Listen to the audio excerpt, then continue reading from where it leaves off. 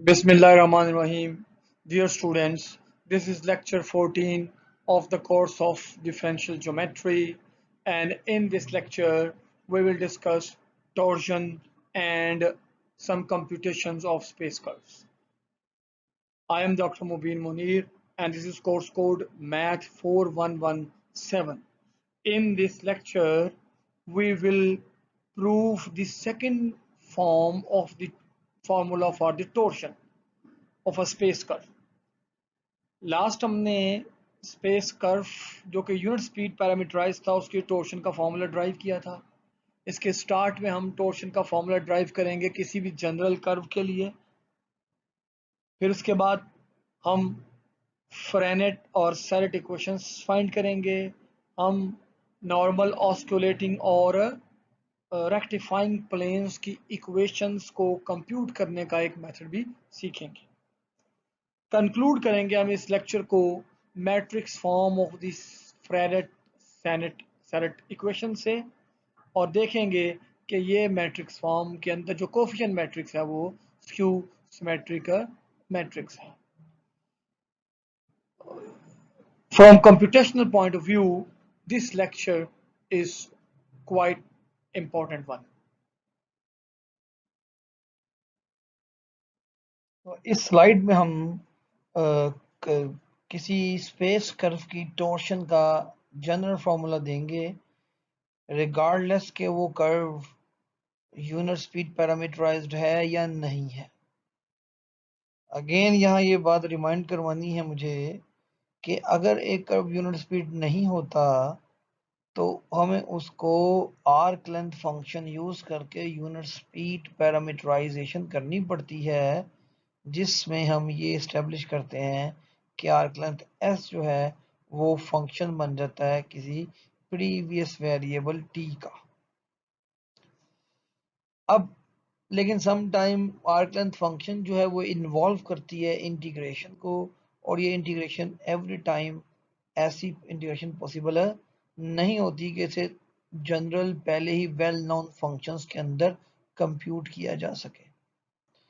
तो इसलिए हम एक ऐसा फॉर्मूला चाहते हैं जिसमें हमें आर्क लेंथ रीपैरामीटराइजेशन ना करनी पड़े और डायरेक्ट ही हमें अगर पैरामीटराइजेशन दी गिवन हो तो डायरेक्ट फॉर्मूला यूटिलाइज करें और हम टोर्शन फाइंड कर लें।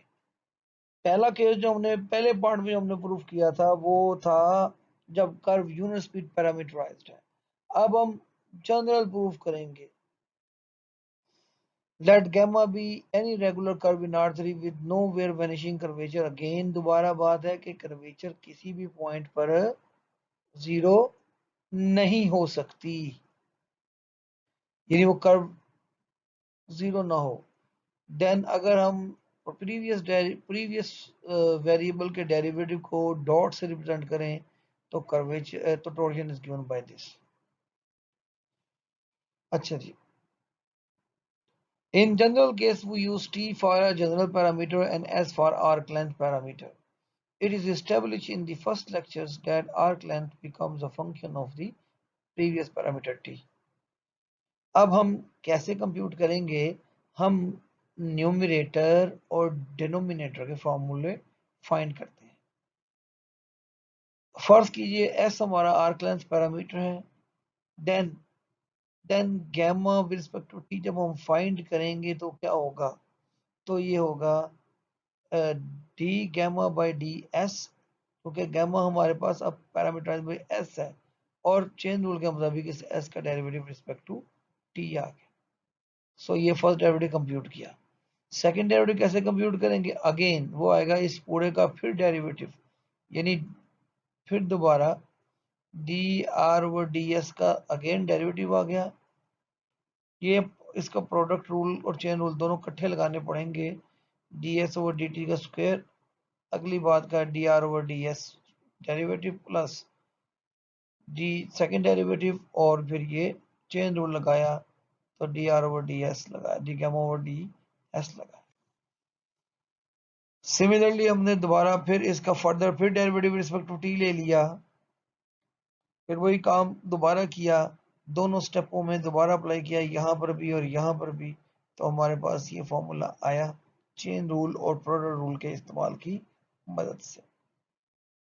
अब हमने क्या करना है, न्यूमरेटर के लिए सबसे पहले हमें ये फाइंड करना है gamma dot cross gamma double dot. Gamma dot cross gamma double dot के लिए गैमा डॉट की वैल्यू इसका और इसका आपस में आपने क्रॉस प्रोडक्ट ले लिया इन दो फैक्टर्स का, ये वेक्टर क्रॉस प्रोडक्ट ले रहे हैं, ठीक है। और ये याद रखिए d s over d t जो है वो हमारे पास स्केलर फंक्शन है, तो रोल प्ले करेगा d gamma by d S.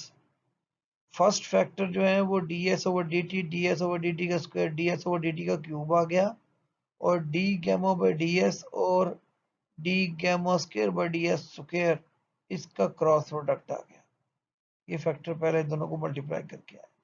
जब दूसरे फैक्टर से मैं मल्टीप्लाई किया इन दो को, तो इन दो में D gamma by D gamma by d s का सेल्फ क्रॉस प्रोडक्ट है, cross product of the same vector become zero, तो हमारे पास सिंपल इनका क्रॉस प्रोडक्ट ये आ गया हमारे पास। अब हमें पूरे की पूरी वैल्यू के लिए आर ट्रिपल यानी गैमा ट्रिपल डेरिवेटिव का डॉट प्रोडक्ट लेना पड़ेगा इससे। तो इसके लिए हमने क्या किया, इसको इससे डॉट मल्टीप्लाई कर दिया। जब डॉट मल्टीप्लाई किया तो पहले ये क्रॉस है, यानी हम इनका स्केलर ट्रिपल फाइंड करना चाहते हैं। और स्केलर ट्रिपल में याद रखिएगा अगर कोई से भी दो वेक्टर सेम हो जाए तो जवाब जीरो हो जाता है। तो क्या किया हमने, पहले फैक्टर को पहले फैक्टर से मल्टीप्लाई किया इसको इससे, तो D s over d t का क्यूब और D s over d t का क्यूब 6 हो गया, और ये दोनों का स्केलर ट्रिपल बन गया, ये बन गया ऐसे। चूंकि यहाँ गैमा ट्रिपल डेरिवेटिव है और इसमें कोई भी ट्रिपल डेरिवेटिव नहीं है, इसलिए ये डिफरेंट है, तो ये एज इट इज आ गए। उसके बाद प्लस जब हम इसको इससे मल्टीप्लाई करेंगे तो इसमें D s over d t का स्क्वायर है, लेकिन यहाँ पर देखिए कि ये फैक्टर सेम है, ये वाला फैक्टर, लिहाजा क्रॉस प्रोडक्ट इनका जीरो हो जाएगा। जब इसको इससे करेंगे, इस फैक्टर को इससे करेंगे डॉट लेंगे, तो हमारे पास अब ये फैक्टर सेम हो जाएगा, ये वेक्टर सेम हो जाएगा क्रॉस प्रोडक्ट में, ये भी जीरो हो जाएगा। सो फाइनली हमारे पास सिर्फ फर्स्ट फैक्टर ही बचा और वो ये है। दोनों की वैल्यूज, इसकी वैल्यू और इसकी वैल्यू जब हमने फॉर्मूले में पुट की, इसमें वैल्यूज पुट करने पर हमारे पास ये आंसर आ गया, और यही हमारा हमें प्रूफ करना था।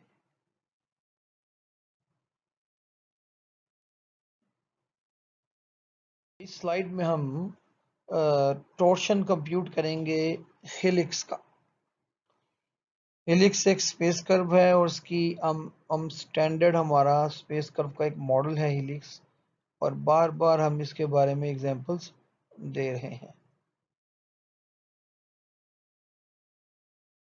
ये हेलिक्स का टेंजेंट लिया हमने, ये इसका नॉर्मल होगा और इसका ये बाय नॉर्मल होगा, tangent normal and binormal. Okay, so इसमें हमने एग्जांपल देनी है। ये एग्जांपल हमने लास्ट टाइम कई मरतबा कंप्यूट की। हमारे पास इसकी पैरामीटराइजेशन है ए कोस थीटा, ए साइन थीटा, बी थीटा। हमारे पास ये जनरल है, यूनिट स्पीड नहीं है, हमने डायरेक्ट कंप्यूट करना है। तो इसके लिए हमारे पास जो फॉर्मूला है टॉर्शन का, उसके अंदर हमारे पास क्या होना चाहिए, इसका first derivative, second derivative, third derivative पहले कंप्यूट कर लें। फर्स्ट डेरिवेटिव सिंपल है, क्या आएगा, minus a sine theta a cos theta b. Second derivative क्या आएगा, minus a cos theta minus a sine theta zero. Third derivative क्या आएगा, minus a minus plus a sine theta minus a cos theta zero. So first इन दोनों का जब हमने cross product लिया बाय डिटर्मिनेंट मेथड, तो हमारे पास आ गया a b sine theta minus a b cos theta a square. Denominator में हमें क्या चाहिए, इसकी मैग्नीट्यूड का स्क्वायर चाहिए। क्या किया हमने, इसकी मैग्नीट्यूड ली और स्क्वायर ले लिया, तो ये आया ए ये चीज आ गई। और न्यूमिरेटर में पहले हमने इनका स्केलर ट्रिपल निकाला। स्केलर ट्रिपल जब निकाला यानी r dot cross r double dot का डॉट प्रोडक्ट ले लिया थर्ड से। तो पहले इसको इससे किया, फिर इसको इससे किया और ऐड कर दिया मल्टीप्लाई करने के बाद, तो यह आया ए स्क्वेयर बी ओवर ये पुट किया बी ए स्क्वेयर कैंसिल हो गया।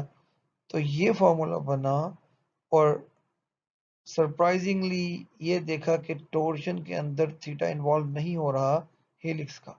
दैट मीन्स कि जो हेलिक्स है वो एक सर्कल की एक सॉरी हेलिक्स की टोर्शन कांस्टेंट है। हमने ये फाइंड कर लिया।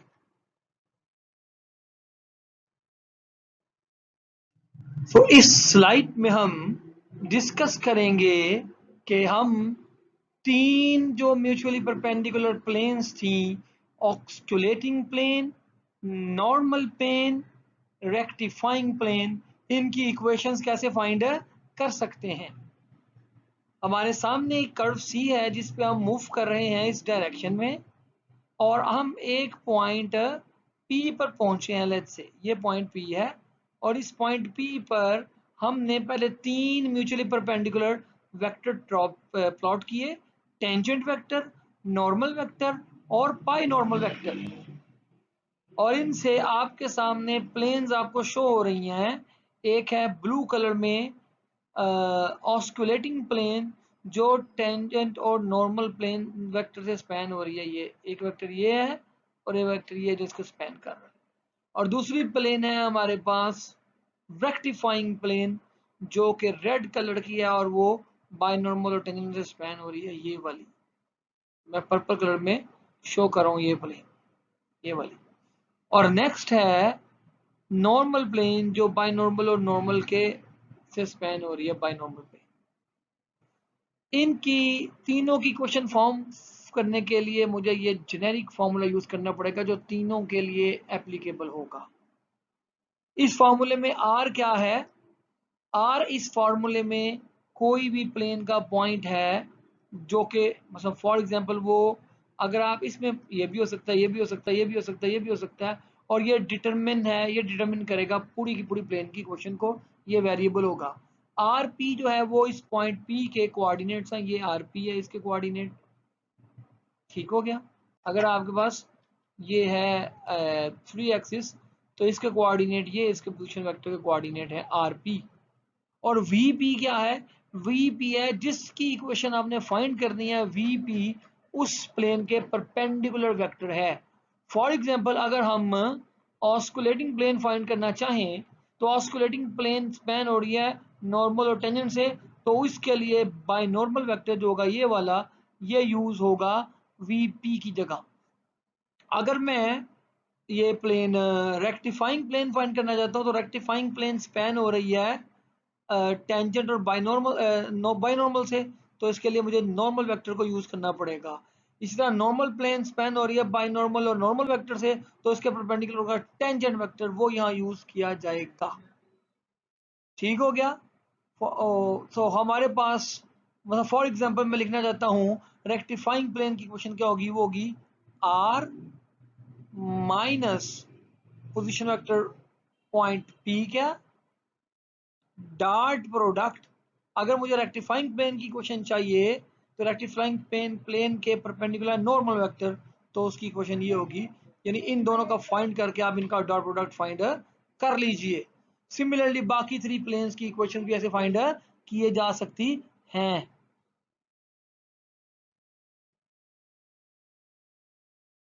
सो इस स्लाइड में हम प्रूफ करेंगे फ्रेनेट सैरेट फार्मूलास और उनकी जो कंप्लीट फॉर्म है वो देंगे। लास्ट स्लाइडों में अगर आपको याद हो तो हम ये बातें प्रूफ कर चुके हैं कि अगर गैमा कोई यूनिट स्पीड कर्व है, देन टी डैश हमने हासिल किया वो के एन था, और बी डैश जो हमने लास्ट 2-3 लेक्चर में हासिल किया वो माइनस टाउ एन था। अब हमें तीसरा चाहिए एन डॉट, यानी अगर हम इन तीनों का पता हो तो हम पूरे के पूरे फ्रेम को डिटरमिन कर सकते हैं, सारा कुछ डिटरमिन कर सकते हैं। हम जानते हैं कि as we know that tangent normal और binormal forms right handed system. Right hand system का मतलब है ये कि अगर सर्कल आप प्लॉट करें, ये टेंजेंट वेक्टर है, ये नॉर्मल वेक्टर है और ये बाइनॉर्मल वेक्टर है और बाइनॉर्मल वेक्टर ये है। तो इनकी क्रॉस प्रोडक्ट के लिए हम लिखेंगे tangent T binormal is equal to T cross N, tangent is equal to normal cross B और N is equal to B cross T. ये हम फॉर्मूले पहले से डिटरमिन कर चुके हैं। अब हमें एन डॉट फाइंड करना था, तो एन है यहाँ से बी क्रॉस टी, हम इसका डेरिवेटिव ले लेते हैं। डेरिवेटिव लेते ही साथ हम इस पे प्रोडक्ट रूल भी अप्लाई कर सकते हैं, बी डॉट क्रॉस टी ऐसे ही प्लस बी वैसे ही और क्रॉस टी डॉट। लेकिन हमने बी डॉट का फॉर्मूला ये पुट कर दिया यहाँ से माइनस टाउ एन, और एन डॉट का टी डॉट का फॉर्मूला हमने यहाँ से पुट कर दिया के एन। सो यहाँ से N dot is equals to minus tau N cross T आ गया plus B cross K N आ गया। लेकिन एन क्रॉस टी हमारे पास यहाँ टी क्रॉस एन भी है, अगर एन क्रॉस टी लाना तो माइनस करना पड़ेगा एंटी कम्यूटेटिविटी की वजह से, तो ये माइनस बी आ गया हमारे पास ये। और आप बी वैसे ही के कर्वेचर स्केलर है उसे बाहर निकाल सकते हैं, तो ये कर्वेचर आ गया माइनस माइनस प्लस, तो n dot is equals to tau b plus k b cross n आ गया। लेकिन के वैसे ही आ गया और बी क्रॉस एन जो था, एन क्रॉस बी था हमारा टी टेंजेंट वेक्टर, तो बी क्रॉस एन होगा माइनस टी, तो माइनस टी हमने पुट किया, तो एन डॉट हमारे पास आया tau b minus k T, ये थर्ड हो गया। एक ये रेड इन क्लोज ब्रैकेट में और ये रेड इन क्लोज ब्रैकेट में along with this red enclosed bracket, ये तीनों फार्मूलाज कहलाते हैं Frenet Serret formulas for the space curve. ये इजी है एस्टेब्लिश करना इनको। अब हम ये थ्योरम देंगे और इसकी हम मैट्रिक्स फॉर्म देंगे, अगरचे हम ये तीनों रिजल्ट पहले प्रूफ कर चुके हैं लास्ट स्लाइड्स में। Let gamma be unit speed curve in R3 with nowhere vanishing curvature. इसका मतलब है कर्वेचर जो है वो कहीं पे भी जीरो नहीं है, curvature is non zero. Then हमने एस्टेब्लिश किया टी डॉट था के एन के, एन डॉट अभी हमने एस्टेब्लिश किया tau b minus k t और b dot is equal to minus t b. In previous slides, we have already proved these results. These results can be put into the matrix form. अगर ये t dot b n dot और b dot को मैं यहाँ लिख दूँ इस side पे एज अ कॉलम मैट्रिक्स, और इस साइड पे अगर मैं लिख लूँ t n और b को, t n और b को, तो पहली इक्वेशन कैसे आ रही है, पहली इक्वेशन देखें। पहली इक्वेशन को इन दोनों को मल्टीप्लाई करें आप, 0t प्लस के एन प्लस 0b, तो के एन आ गया। अब क्या किया आपने, और टी का कोफिशिएंट माइनस किया यहाँ पे आएगा दूसरी क्वेश्चन के लिहाज से, और बी का कोफिशिएंट थर्ड जगह पे टी आएगा इधर, और एन इधर मौजूद नहीं है, एन इधर मौजूद नहीं है, तो फिर ये क्लियरली यहाँ जीरो आएगा। और बाई नॉर्मल में बाकी दोनों मौजूद नहीं है, एन मौजूद है तो एन के पोजीशन पे माइनस टी आएगा और बाकी दोनों पोजीशन पे जीरो आएगा। सो इस तरह ये हमारे पास जो मैट्रिक्स फॉर्म बनी, ये हमारे फ्रेनेट सेरेट ऑपरेटर्स की मैट्रिक्स फॉर्म बनी है।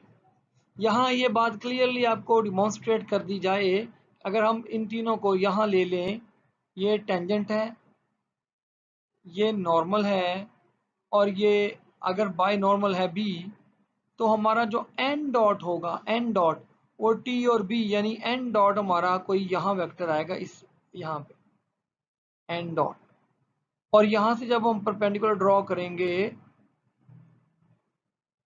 ये, तो इसका कुछ फैक्टर इसके अलोंग आएगा और कुछ फैक्टर ये अलोंग आएगा इसके। ये होगा टी के अलोंग जो फैक्टर आएगा वो माइनस के होगा, और बी के अलोंग जो फैक्टर आएगा होगा, बी के अलोंग जो फैक्टर आएगा वो होगा टॉर्शन। इस तरह हम बी एन डॉट को हासिल करेंगे और एन डॉट टी और बी यानी टेंजेंट और बायनॉर्मल से बनने वाली प्लेन के अंदर लाई करेगा। यहाँ सिर्फ रिमार्क रिमेंबर करवाने की जरूरत है, ये इक्वेशंस फेरेनेट सेरेट इक्वेशंस कहलाती हैं, और इनकी मैट्रिक्स फॉर्म इसलिए दी गई है ताकि इनको आसानी से याद रखा जा सके।